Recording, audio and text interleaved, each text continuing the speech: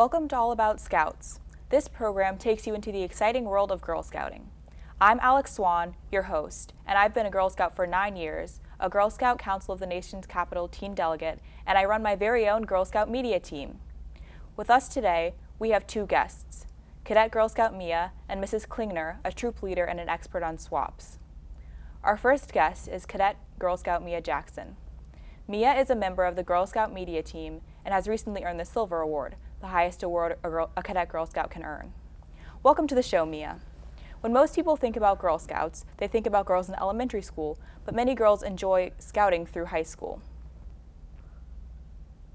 Could you tell us how many years you've been a Girl Scout? I've been a Girl Scout for 7 years.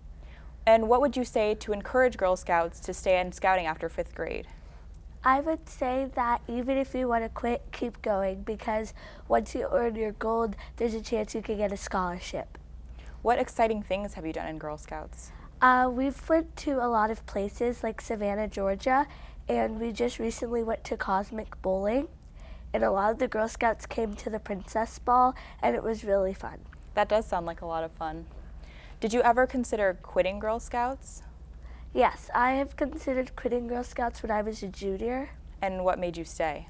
My friends told me to keep going and try harder and earn the gold. So you said that you earned your Silver Award. What did you do to earn your Silver Award?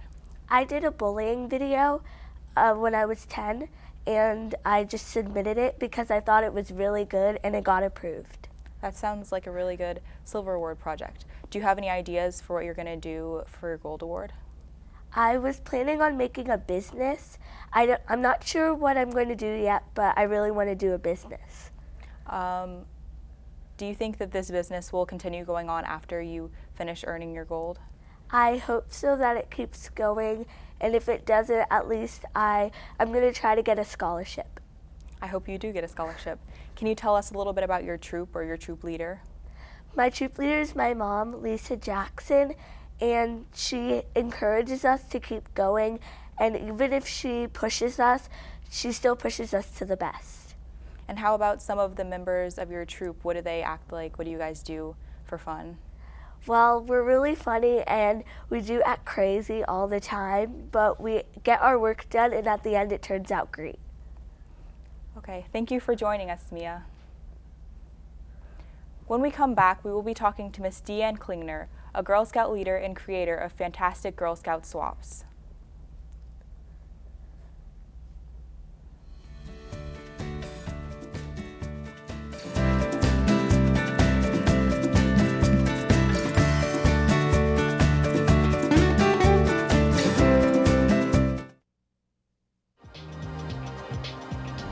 What is the difference between a photographer and a visual artist? Well, the difference is not a lot. To put it simply, I'm a visual artist. Okay, I use photography, but I use other means to express myself.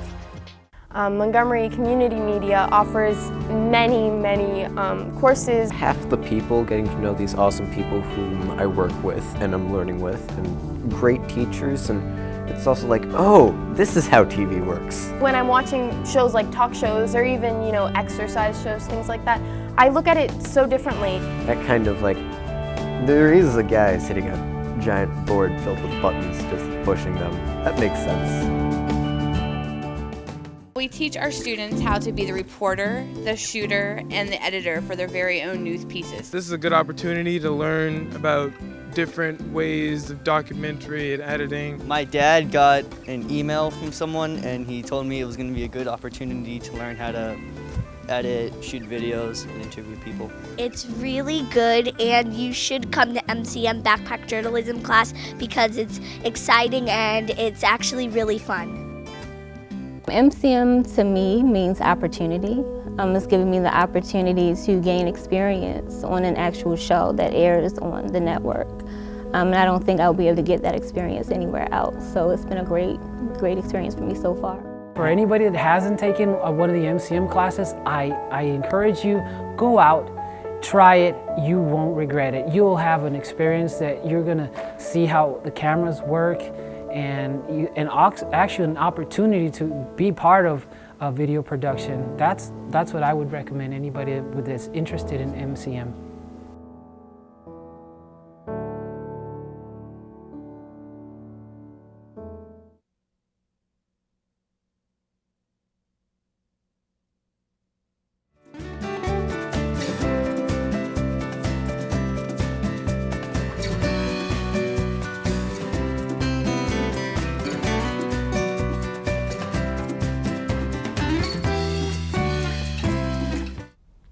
Welcome back to All About Scouting.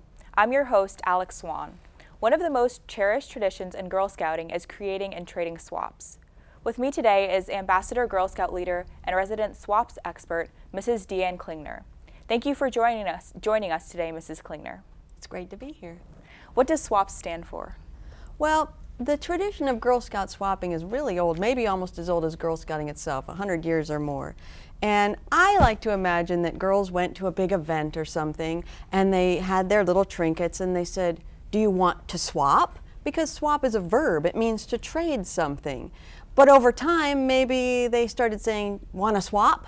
Which sounds like, do you want a swap? So then swap became a thing, a noun. And then after a while, probably more recently, it became an acronym for special whatchamacallits affectionately pinned somewhere.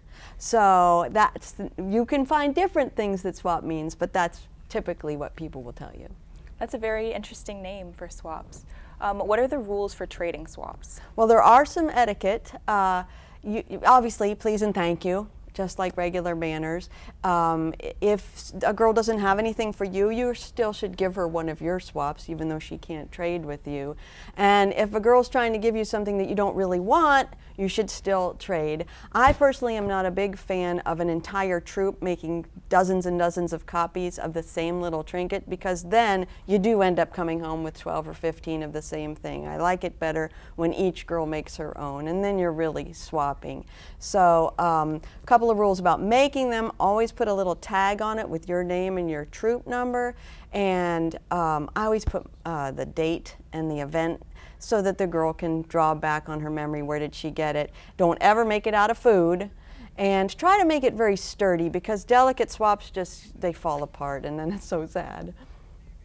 So do different swaps have different meanings? Matter of fact, they do, yes. Some swaps are just a personal reflection of the giver's interest, like a special sport or a talent that someone has. Some swaps are made to remember a certain event, like a Girl Scout outing or cosmic bowling that Mia mentioned. Some swaps are made in order to just recall something that Girl Scouts do, like camping or singing songs. So when you look at a swap, you remember the event, you remember the person who gave it to you, and there's all kinds of ways to make them up. Yep. You're known for making some very interesting types of swaps. So what are the most interesting types you've made? Well, I do like making swaps. My friend Marilyn Logan Brown introduced me to swapping before I even was a Girl Scout leader. She knew I liked crafting. She knew I liked making teeny tiny things.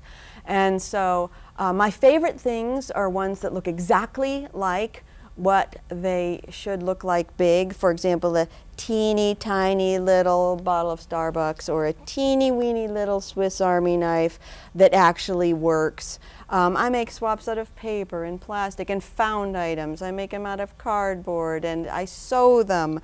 I make them out of pipe cleaners and wiggly eyes.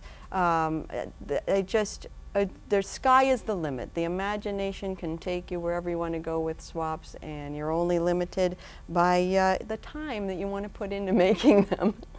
How much time on average do you usually spend making swaps? Well, you know what? If it's going to be a giant thing where there's 100 people or more, I'll typically use the computer and paper crafting and make them that way. If it's a smaller group, I can get very detailed.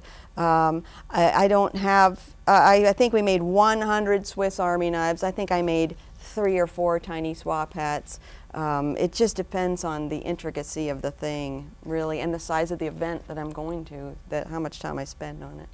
Is your ambassador troop really involved with making swaps too? I would have to say that I am more excited about swaps than maybe the teenage girls are. So this is just a little passion of mine. Typically, people ask me to share, recipes for swaps, but the girls in my troop, not so crazy as I am. How many swaps have you collected from other people? I don't know. I mean, I put them on a shirt like this. Now, I can't actually wear the shirt because it's too heavy. I would fall down. But there's probably well over 100 on there that I've collected over the 12 years that I've been doing this. It's fun. It's a fun way to collect things and remember events. What's your favorite event that you've gotten a swap from? Oh, probably Thinking Day is a great time to get swaps. You get them from all different countries. I might have my little Guatemalan worry doll. One of my favorites is I got at the Girl Scout 100th anniversary sing-along on the mall. This was given to me. It's a little pot of Boston baked beans from a girl from Boston. So I remember that. And this is the little cherry blossom branch. And that was at that same event, the 100th year sing-along. Thank you so much for joining us today, Mrs. Klingner, and teaching us about this fun Girl Scout tradition. It was a pleasure. We hope you enjoyed our show today and that we've opened your eyes to some great things Scouting has to offer. In future shows, we'll learn about Girl Scout high adventure like archery and kayaking, camping, and travel, and we'll show you some of the amazing things Girl Scouts do to give back to their community. See you next time on All About Scouting.